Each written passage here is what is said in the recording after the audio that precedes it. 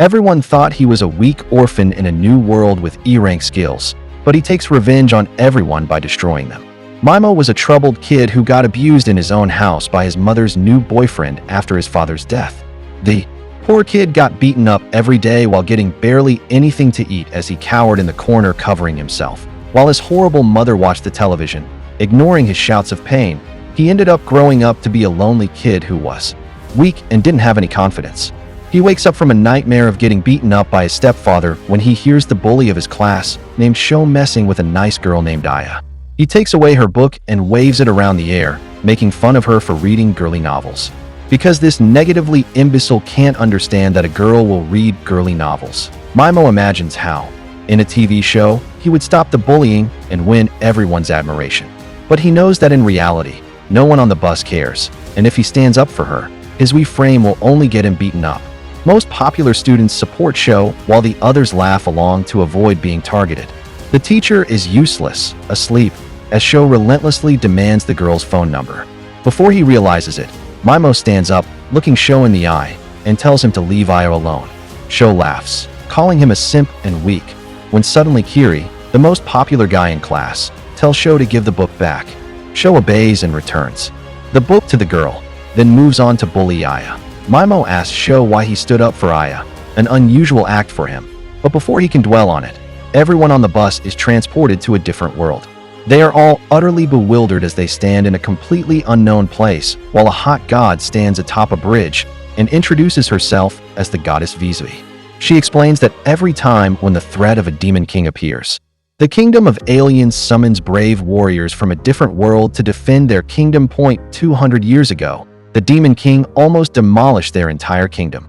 But thanks to some heroes, the demon king was soundly defeated and the entire demon army was destroyed. Unfortunately, the demon king has gotten resurrected, which is why they have all been teleported to this world to fight as the new heroes who will put an end to the demon king. The students are utterly confused as they wonder whether they are dead or is it some kind of a prank. Their teacher tells them to stay quiet and instructs them to hear what the goddess has to say. Vizui looks at the old architecture, the soldiers, wearing armor and holding spear, and the goddess with the golden eyes, before pinching himself to check if he is dreaming. Kiri ends up speaking and asks the goddess what will happen if they don't cooperate with her, to which the goddess smiles and claims that she won't be able to send them back to their world. Kiri asks whether there really is a way to go back, and Vizui replies that there is a reverse summoning ritual which can send them back, but to get that, they will have to kill the demon king, as they will require a special party, a spirit called the evil element, which will only drop if he dies. Sho screams at her for calling them to a new world without giving them a choice, and refuses to help, but Vizui goes down on one knee and begs them to help save her kingdom from destruction. Aya speaks up and tells the goddess that they are just humans who can't really do anything, but Vizui promises that they have abilities that they had no idea about. Sho still thinks that all of this is a joke, so Vizui decides to prove it and calls forth a prisoner of war, a giant demon dog. She lets the giant demon dog loose, and it immediately lunges at the prisoner before killing him. Some of the girls are horrified at this and fall to their knees, while Vizui looks at the demon, before chanting a spell and completely blasting the monster into flames, removing it from existence. She calls the students forward and tells them that they are going to measure their latent abilities. One by one, all the students walk up to a crystal ball and check their abilities as it glows in different colors. After the nerds were through, Sho walks up to the crystal, and as soon as he puts his hand over the crystal, it starts glowing a bright red color. The goddess looks happy and claims that he has a rank skills. Finally, Kiri goes ahead, but as soon as he puts his hand over the ball, it starts glowing a bright golden before exploding. After that, Aya heads up, and even she turns out to be S rank. And after some more students, another girl walks up who turns out to be S rank. The guards are completely shocked, as Vizui explains that even one S rank individual is considered extremely lucky, but to have 3 S rank people is unreal. Finally, Mimi walks up to the crystal, but when he puts his hand over the ball, it starts glowing a dim purple color. The goddess doesn't even give him a second thought and tells the next person to come up. Mimo tries to ask what rank he is, but she completely ignores him, so he walks away, realizing that even in this world, he is going to stay a background character. After that, Yasu, the nerd, walks over to the crystal who turns out to have a special dark ability inside of him, which another dark hero possessed a while ago and became the strongest. Finally, everyone checks their stats, as the goddess tells them that they also have a personal ability which varies from person to person, before telling them that they have to perform a critical ritual now. She calls Mimo in the front, and he is immediately pushed by a guard. She sends him below in a dark pit, and claims that Mimo is E-ranked, which is the lowest in the entire class. Historically, the E-ranked people have caused a lot of trouble, so they are usually killed, but since this time they got so many amazing heroes, she will give the E-ranker a chance to save his life, and he will be sent to the abandoned ruins, which is a dungeon far away where criminals and monsters are sent. She tells him that if he manages to survive, they will leave him alone, and he will get the right to live, otherwise he can kiss his life goodbye. Mimo tries to argue, claiming that he can get better, but the goddess replies that he falls into the category of failure frame, which means that his stats are so low that even after training his ass off, he cannot get better. He gets pissed off and tells the goddess that he never chose to come here. He was summoned against his will and now is being disposed. But Kiri cuts him off and tells him that he is wasting everyone's time as the girls are already tired. While everyone agreed to him, Mimo falls to the ground, defeated, when Yasu walks up to him. Mimo remembers the time when he helped Yasu after he got bullied, but Yasu rejects him and tells him that an E-ranker should talk with more respect to their superiors. Mimo loses all hope as the goddess commences the ritual and throws a leather bag as his special item, which is completely useless. Aya tries to defend Mimo by saying that this is wrong. Frustrated beyond belief, he raises his arm and uses the paralyzed spell at the goddess, who easily manages to block it, before calling Mimo a loser for even trying to hit her with his E-ranked skills. Kiri also tries his spell, but creates a huge fireball, as he claims that he was just checking by letting a small amount of mana in the spell. Everyone laughs at the power difference between a loser like Mimo and themselves, while Mimo simply puts his head down as tears fall down his cheeks. He remembers how his younger self used to cry, when suddenly his soul tells him to stop acting like a good person and show them the true nature of your heart, the nature that you have been trying to repress for so long. Mimo finally lets it all go as he looks up with hate-filled eyes and tells the goddess that she is a rotten hoe, and warns her to be ready for him if he ever comes back alive. That he immediately gets transported into a dark cave where he tries to open his status, but fails because of the low light. He pours some mana into the leather bag and the gem starts glowing, which he uses as a lantern as he moves through the cave. Suddenly, he realizes that he has been walking on skeletons, which scares him. He wonders what could have killed all these people when a monster tries to attack him, which he barely dodges, and starts running away. The monster starts chasing him while Mimo runs with all his might, thinking whether he should turn around and fight, but his heart knows that the level difference is so great that he will simply die the moment he stops. He starts crying out of fear and gets knocked to the ground because of a rock jutting out of the floor. That he turns around to see his death in its face, while frustration over his life takes command of his body. Just as the monster was about to kill him, Mimo ends up trying a last-ditch effort to save his life, which to his surprise actually petrifies the monster in place. He immediately gets up and starts running away, but soon he reaches the end of the cave where another bird demon walks up to him with the raw intent of killing him. Mimo immediately raises his arm once again and uses the paralyzed spell, which again freezes the enemy. He realizes that it wasn't a fluke and his spell actually works, but he starts feeling tired, so he opens his stats and notices that his mana was almost completely gone. He realizes that he has another skill left, so he tries to cast a poison spell on the monster, which works very well as the demon starts turning black and bleeding from its body. Mimo sits down on the cave floor wondering why his spells are being so effective against these demons when suddenly he hears something behind him. He turns around to see that the Minotaur demon has managed to break off the spell and is ready to land the killing blow on Mimo. But this time, instead of running away, the demon who treated him badly comes back to him, and even after being completely depleted, he raises his arms towards the demon, determined that from now on he will kill to live his life, and challenges the demon to fight him, not knowing whether he will survive this time or not. His body quickly goes into a flight or fight mode, where he starts thinking about any way to escape this situation while he gets completely surrounded by multiple monsters waiting to devour him. He wonders what will happen if he tries to use skills from the games he played. When a person did that, they ended up dying. He decides that he doesn't have any options, as if he doesn't try, he is definitely getting killed. So he turns towards one of the monsters and uses his paralyzed spell on it. The spell doesn't work, and the monster starts attacking him relentlessly while he tries to dodge and back off. He realizes that using the same spell twice on a monster won't be very useful when suddenly he notices that he has unlocked a new spell called Sleep. So he turns him into dirt. Mimo ends up using the sleep spell on it, and to his surprise, the monster stops in its tracks and falls over to the ground, motionless.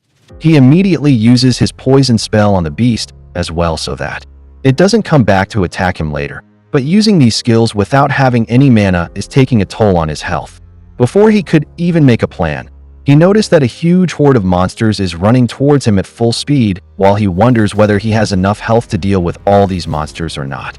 He uses his magical bag as a flashbang which blinds the monsters, after which he starts using his paralyzed spell on all of them, stopping them immediately.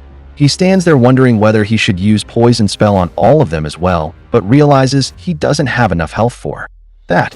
Suddenly, to his horror, a bunch of other monsters emerge from the depths of the dungeons, completely overwhelming his senses. But he decides that he won't die without a fight and starts using his paralyzed ability on any monster that would come near him. He starts feeling heavy as he feels dizzy, but he manages to stand his ground, but just when everything seemed lost, he ends up leveling up.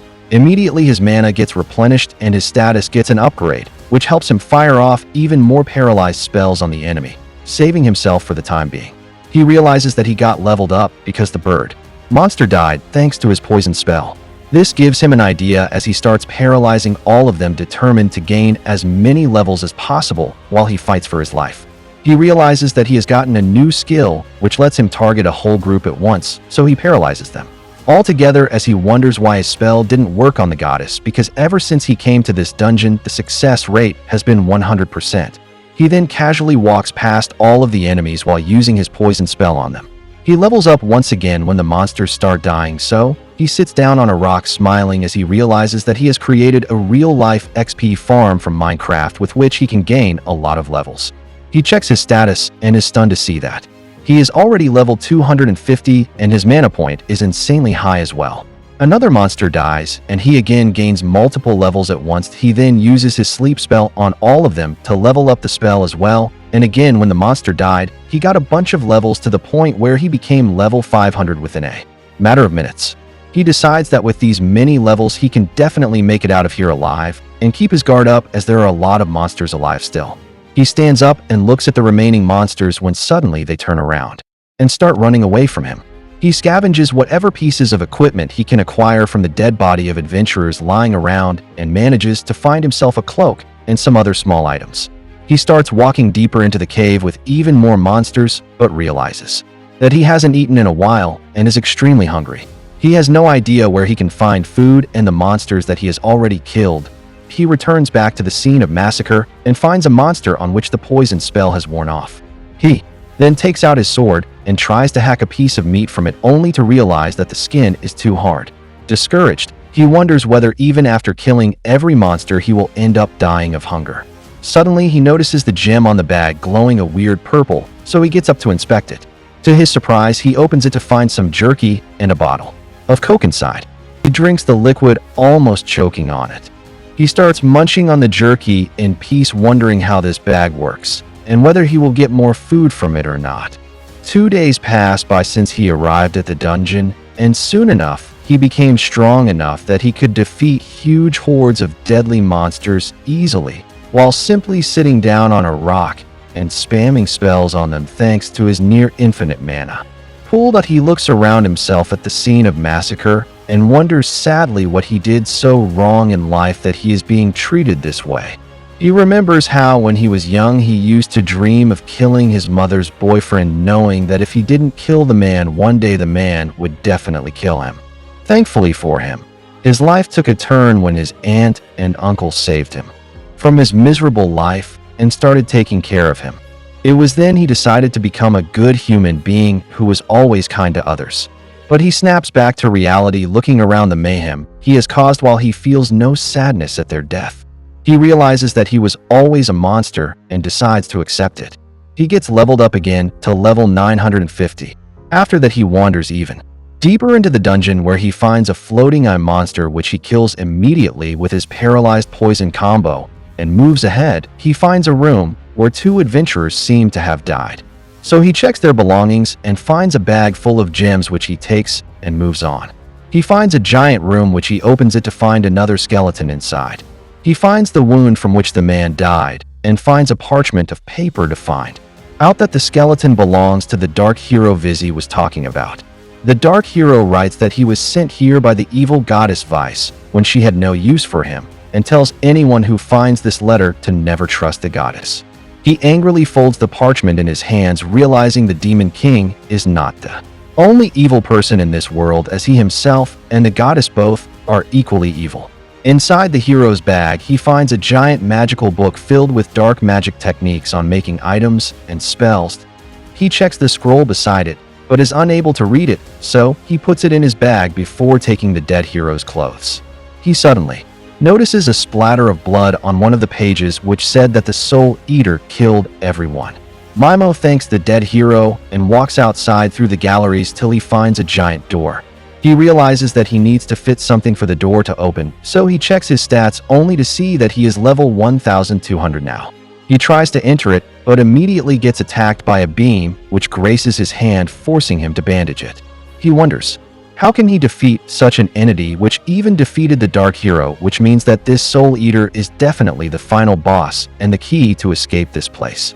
Suddenly the Soul Eater starts moving forward and pukes out a bunch of goop, which turns into half-dead humans that start walking towards Maimo. He paralyzes them, but is unable to use poison, while the Soul Eater breaks through the wall and starts screaming. Maimo is left in mental agony as he tries to move back, but the monster pukes some more half-dead humans that push Maimo in a corner as he starts crying for someone to save him. This all seems to amuse the Soul Eater, who starts laughing at Maimo's agony, but this is what he was waiting for. As soon as the monster dropped its guard, Maimo used Paralyze spell on it, and the Soul Eater drops to the floor with a look of surprise. Maimo laughs at the monster, claiming that he finessed the demon with his acting skills, as that was the only way for him to drop his defenses. He tells the monster that all his life he pretended to be a good human who was kind to others and would never hurt anyone, but now his true self is coming out. He doesn't care how many half-dead humans he pukes out, as it wouldn't matter to him. He is in a kill or be killed world, so any moving thing with the intention to hurt him, regardless of whether it's a monster or a half-dead human, will kill them all the same, without any regrets. The Soul Eater starts bleeding from its eye while Maimo simply walks up and uses sleep spell on everyone around him to finish them once and for all. After a while, the Soul Eater ends up dying, and suddenly a bunch of souls escape from its body and become ethereal forms of humans who thank him for beating this monster, as they were trapped inside this demon with no way of escaping while it killed even more humans. Finally, the Dark Hero emerged before disappearing. Maimo grabs the gem from the Soul Eater and walks towards the main gate. As he puts the gem in the door and it opens, he wonders what he will do with the bitch goddess once he gets her hands on her. Meanwhile, in the forests outside the royal capital, the rest of Maimo classmates are hunting demons to level up. While Sho runs after a demon dog with a sword, Kiri burns down another monster with his powerful skill, successfully reaching level 18. In another location, the nerd Yasu, whose personality has flipped 180 degrees, burns some monsters with his dark flames and laughs on hearing its cries. Far away from them, a timid and pure girl named Koba hesitates to kill any monsters, but a bully girl called Isekai asks her to kill the monsters or she will lose her life, because this is the first test given to them by the goddess. Isekai keeps Koba on a tight leash and tells her that soon the class will fall apart and various factions will form, because there are a lot of selfish people there.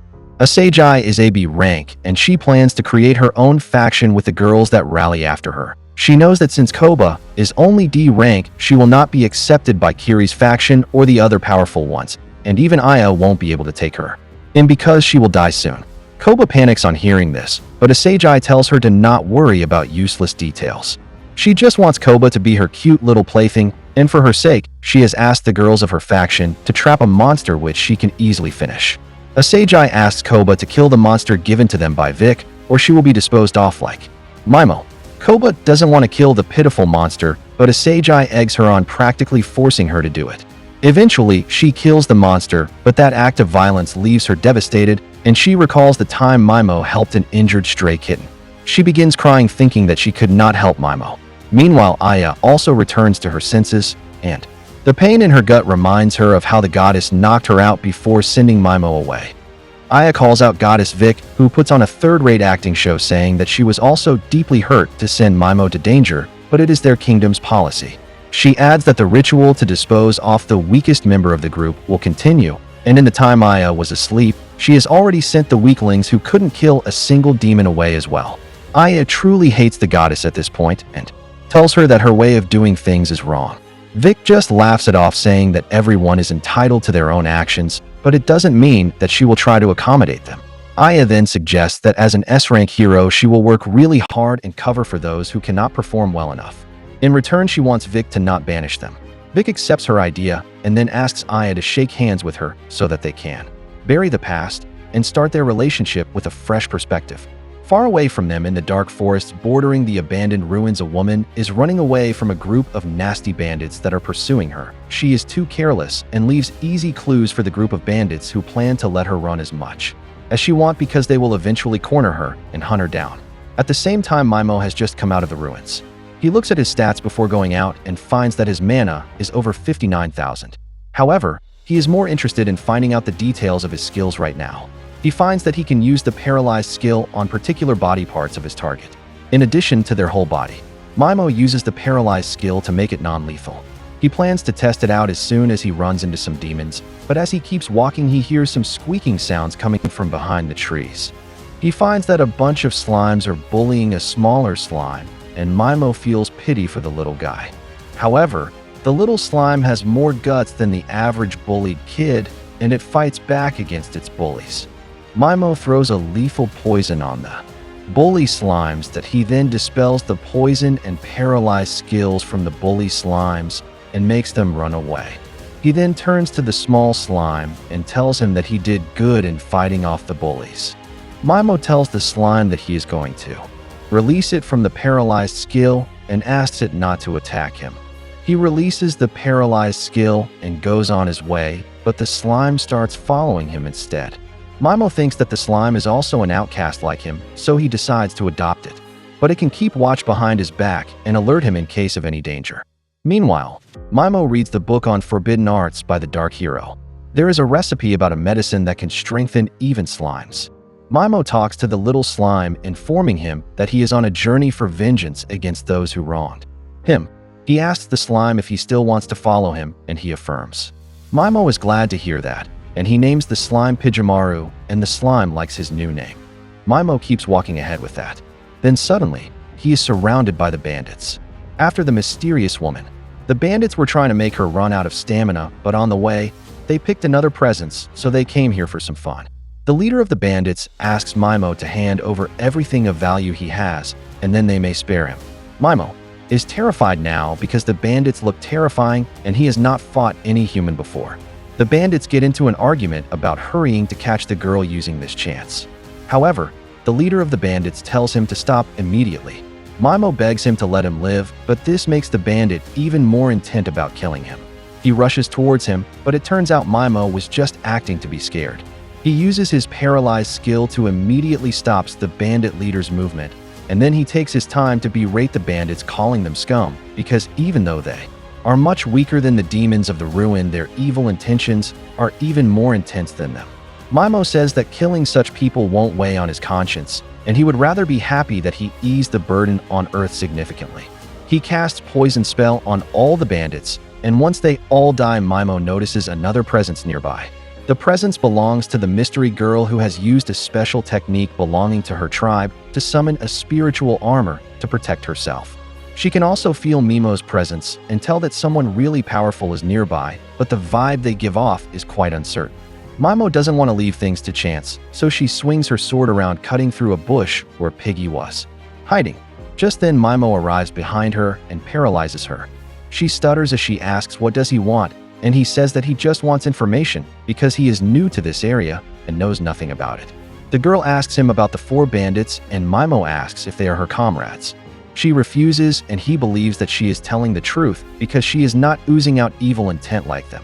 He removes the paralyzed skill just from her head so that she can talk freely and warns her not to try anything funny or he will kill her. Mimo comes in front of the girl and clearly tells her that because of a lot of reasons he doesn't trust anyone, much less strangers he is meeting for the first time. Before he can start questioning her, the girl asks him what happened to the 4 bandits. Mimo tells her that he killed all of them, and the girl can't believe it because the bunch of thugs was apparently known for being really strong. The girl asks him if he received help, but he refuses to give her any details. The girl believes that Mimo is not a bad guy, so she decides to trust him and says that she will answer any question asked honestly. Mimo also starts trusting her a bit more because of her cooperative attitude, but it is not enough to free her. They begin talking, and Mimo learns that right now he is not in the alien kingdom, but in the forest of the Urza kingdom to the south. He learns a lot of things, and Mimo asks the girl if she can read the forbidden spell scroll. She can only tell him that it is written in a rather special type of ancient script, which almost no one can read. However, she knows someone who can. She tells Mimo about a person called the Forbidden Witch who was banished from her homeland because she was deemed too dangerous because of her excessive knowledge. The girl tells Mimo that if he wants to meet the witch, he should go to the Golden Demon Zone, which is a dangerous area in the middle of the continent. Mimo thanks the girl for all the valuable info, and she thanks him in return because he saved her from the bandits. Mimo says that the information makes it even, and the girl wishes him the best of luck. He thinks that she is too honest and innocent for her own good, which reminds him of his aunt. Anyway, he decides to take his leave after telling the girl that the paralysis spell will come undone in a few minutes, and then she can go on her way. Piggy also hops behind Mimo, and then climbs on his shoulder. They talk about how it is unlikely that the girl may attack them with a paralyzed spell, but Mimo still wants his slime partner to watch his back, just in case, and he is eager to help in any way he can.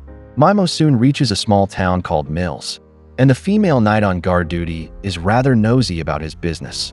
She thinks that he is a country bumpkin from somewhere who came here to work as a mercenary and raid some ruins. However, she gives him the permission to go inside because the lord of the town has given orders to let all mercenaries inside, especially those who plan to raid the ruins.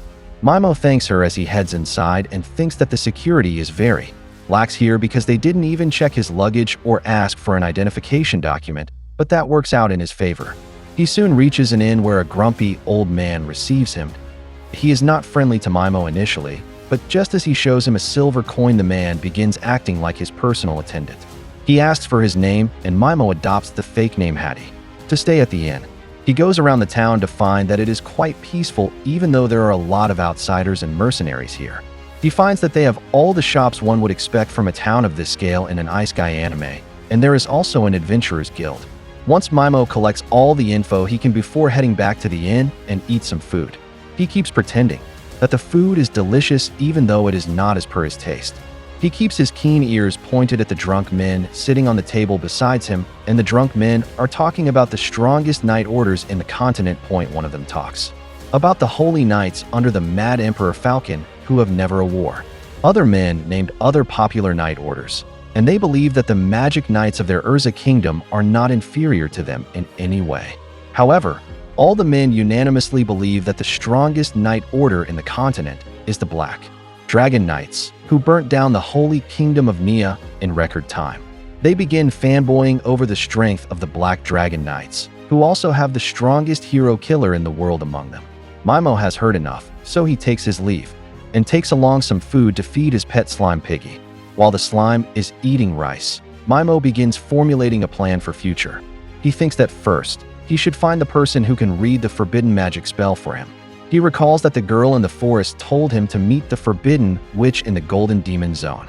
Before that, he plans to use a strengthening agent to increase Piggy's strength. Suddenly, he recalls that the men were also talking about a newly found layer of ruins in their territory, which has attracted mercenaries from all over the place, and the town is thriving. Mimo thinks that he can find the Skeleton King's bones in the ruins, which are the most important part in creating the strengthening agent. So the next morning, he joins the rest of the mercenaries who plan to raid the ruins. They are greeted by Marquis Creed, who is the lord of this region. Creed tells everyone about a new layer that has been found in the mill's ruins, and declares a reward of 300 gold coins for anyone who discovers the ultimate magic spell. Mimo is now ready to go into the ruins called the Cup of the Dragon's Eye. He promises to buy all the loot from the dungeon at a high price and tells the mercenaries that they can keep the drops from monsters to themselves. The the registration process starts with that, and Mimo's attention goes to a douchebag noble called Flash trying to hit on a girl who has covered herself with a hood. She asks him what he wants, and Flash remarks that her voice sounds like a certain leader of the Holy Knight Army of the ruined Kingdom of Nia. His words create a wave of gossips among other mercenaries, who wonder if the Night Princess of Nia is really here, because she has a huge bounty on her head. The douchebag keeps flirting with the woman aggressively, telling her that even her jugs are the same size as the elf princess who once refused his offer to have dinner with him. The woman tells him that he has got the wrong person, so he asks her to remove her hood and prove that she is a human and not an elf. He is confident that once he takes off her hood, her pointy ears will reveal that she is an elf, and since he already recalls the face of the elf princess, he will be able to claim the bounty on her head. However, when he removes the hood, the girl has normal human-shaped ears, and Flash is taken aback. Mimo recognizes the girl as the same one he met in the forest, but he doesn't interfere in her matters, because she sends the douchebag running away in humiliation by herself. After that, Mimo heads to the store to buy some equipment, but he crosses the hooded girl who recognizes him. She approaches him and begins talking about the raid. Mimo warns her to be careful about how she deals with douchebags, because the man from earlier may come to hurt her out of spite. She replies that she doesn't care, and explains that she deliberately acts rude to people so that they leave her alone. Mimo then asks the girl for her help in buying some tools for the ruin exploration, because he fears that he may get ripped off. He promises to pay her for her services, and the girl gladly takes the offer because she is in need of money. She shakes hands with Mimo, introducing herself as Mist, and he realizes that it's not her fault. It is a fake name. He introduces himself as Hattie too, but explains that he also has some circumstances like her, which is why he is also using a fake name.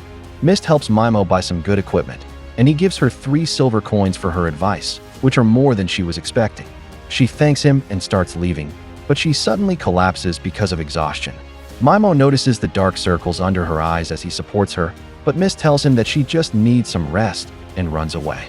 The next day, Mimo heads into the mill's ruins and immediately finds some mercenaries running away from a demon calf that is the young version of the minotaurs Mimo fought in the previous ruins.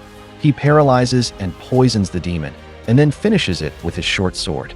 Meanwhile, the mercenaries call their senior to defeat the demon calf, and they are astonished to see that it has been defeated by someone using just 1 stab of a short sword.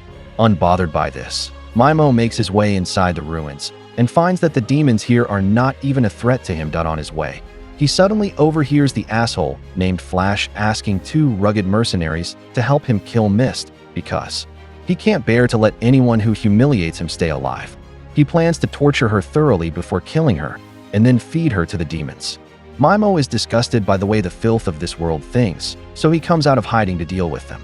Flash and his underlings get ready to finish him, and Mimo tries to test them by apologizing and saying that he will keep everything he heard a secret.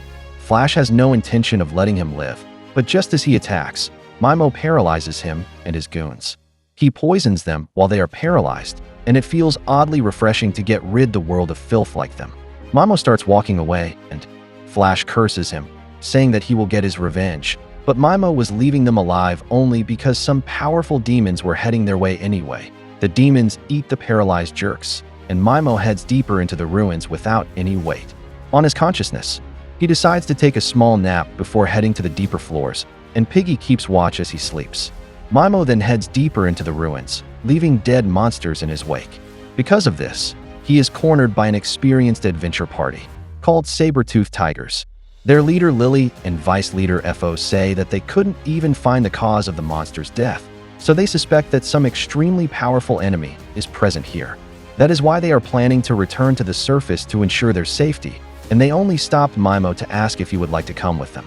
He thanks them for their concern and keeps going ahead.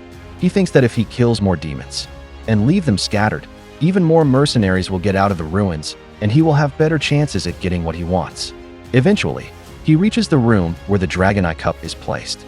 Mimo notices a dragon statue behind it, and he has seen enough anime to know that the thing is going to attack him if he takes the cup, so he paralyzes and poisons it in advance, and then takes the cup as the monster dies. Just as he turns around, he finds Mist there, who is surprised to see that someone reached the room before her. She says that sleeping for a couple of hours costed her the grand prize, But to her surprise, Mimo has no problem handing over the cup to her. Mist is flabbergasted and asks what should she pay for it. But Mimo tells her that she can keep it because the persona he is wearing right now is extremely naive and susceptible, especially when pretty girls are involved. Mist can't take something worth 300 gold coins for free because it hurts her honor. But Mimo keeps telling her that he doesn't need the cup or money. He begins fiddling with the platform and opens a secret passage leading deeper into the dungeon. He tells the girl that what he wants is deep inside the next floor, and he used the recruitment offer just to get here. Mist suddenly offers to be his bodyguard to the next floor as a way to pay him for the cup. She is insistent that she will be helpful to him, and after thinking for a while, Mimo agrees to take her along. He lays out two conditions. Firstly, she will not poke her nose into his personal circumstances, and second, he cannot guarantee that they will come out of the ruins soon. Mist immediately agrees and swears to protect him even with her life. They soon run into a creepy plant monster with golden eyes, and Mist makes quick work of it with her sword skills. Mimo applauds her, and then asks her about the golden-eyed demons. She replies that the golden-eyed demons are said to have a lot of experience points, and they help heroes from the otherworld level up quickly. She also adds that the otherworldly heroes can't get experience from killing humans, and thus they need to keep killing demons to level up. Mist also explains that it is said that a special magic element released by the Demon King is what turns normal creatures and demons into golden-eyed variants, making them more powerful and ferocious. This makes Mimo thinks about Kiri, the golden hero, and he gets an eerie feeling that his power may somehow be connected to all this. Soon, they come to a resting zone, and Mist says that she feels the presence of a monster nearby. Mimo realizes that she is not alone. Mimo says that she is not alone, and that she is not alone. Mimo realizes that it must be Piggy, so he brings the slime out and introduces it to Mist. They immediately become friends, and then Mimo asks her to take a nap because she badly needs it. She reluctantly agrees and lays on the bed, when suddenly, Piggy starts dancing in front of her. Mist is distracted, and using that chance, Mimo puts her to sleep with his skills. To his surprise, Mist suddenly glows and returns to her normal form, which is that of an elf. Mimo always had a hunch, but now he is certain that Mist is actually Cirrus, the Princess Knight of the Holy Kingdom of Nia.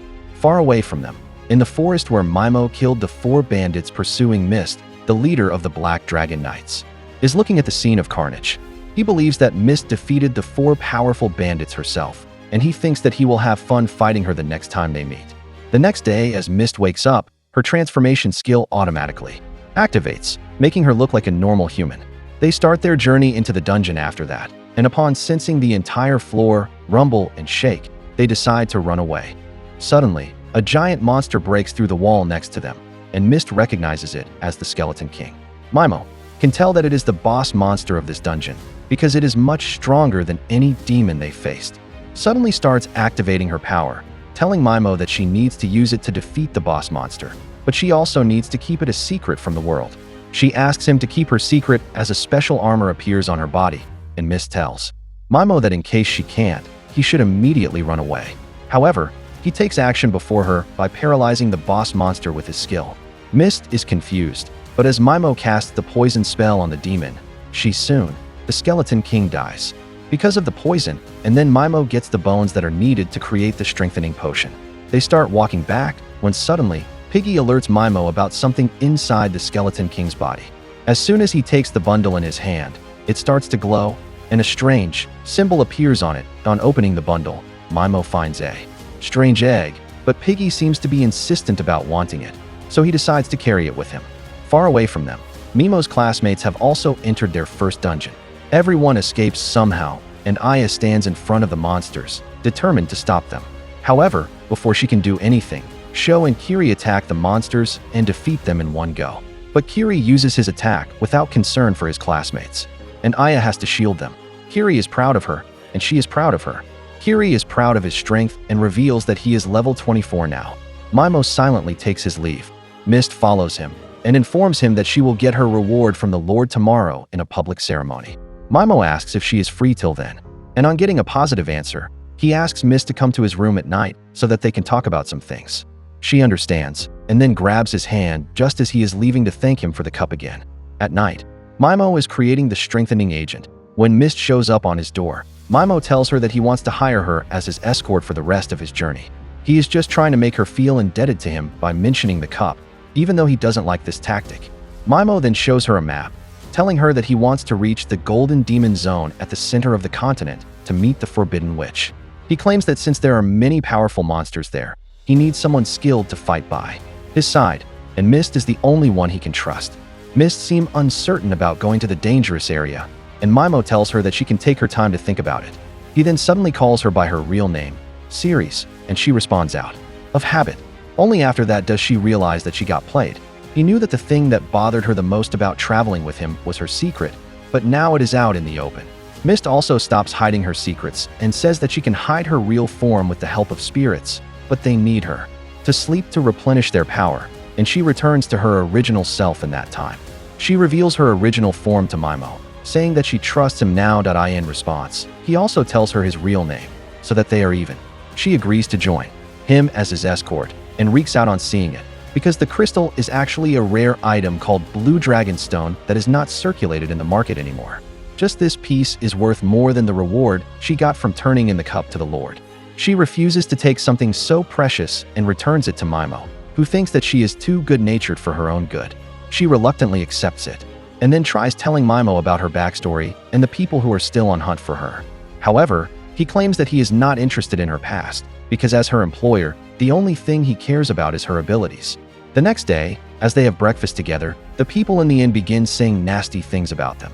Mimo tells Mist to ignore them, and then asks what she knows about forbidden spells. She tells him that it was Goddess Visai who banned some ancient spells and classified them as for forbidden spells.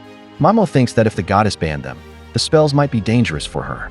He thanks Mist for the info, and she blushes because it is the first time he has thanked her openly. After that, Mist leaves to get her rewards. On Mist getting too late, and she has not yet received her reward. Just then, the Lord calls out a famous magician who can break illusions as a show for his classmate. Mimo also begins suspecting foul play. Back to his classmates, Aya visits Goddess Visai to inquire about treatment for the girl who lost her hand. Visai says that she healed the girl only because she was a B-rank hero. She then asks Aya if she is not joining Kiri's group, and tries to manipulate her into thinking that it is selfish of her to not partner with another S-rank hero.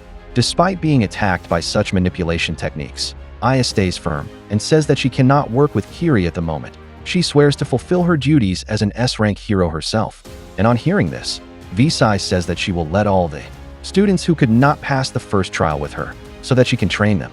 On Mimo's side, he thinks that either Mist has betrayed them and ran away after receiving the prize money, or something has happened to her.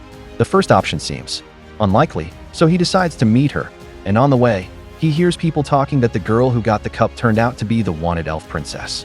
They say that she ran into the forest after her secret was discovered, but it won't save her, because the Black Dragon Knights are on her trail. Just then, 3 dragons appear in the sky and head towards the forest, where Mist is trying to run away. One of the Dragon Knights attacks her, and Mist first uses her spirit magic to bring it down with an aerial slash. She enchants her sword to defeat the second and the third Dragon Knight too. She is tired by fighting them despite them being low-ranking knights. Just then, a spear comes towards her, and she blocks it. A dragon is charging towards her, but Mist realizes that it is a decoy, and the real enemy is in front of her. So she rushed ahead and clashes swords with a high-ranking knight named Gizon, who tells her that she is going to die here. Mist can't use her spirit armor to fight at full strength because of the illusion-breaking spell earlier, and Gizon keeps pushing her back as he reveals that he got orders from a certain person to kill her on sight rather than capturing her alive. Mimo arrives there just in time and asks him what is he doing here. He puts Gizon to sleep before talking with Mist and reminds her that they can't talk about private stuff when others are present. He tells her that he came back to pick her up, but she tells him that she cannot accept his job offer now because he will also be pursued by the Dragon Knights if he is with her. She tells her that he cannot find a better escort than her, and neither can he be bothered with trying. He then abruptly asks her to undress, and Mist wonders if she heard that right. If you like this video, make sure to subscribe, and check out this great manhwa story about a weak, wealthy man who reincarnated to become the strongest sword god in a new world.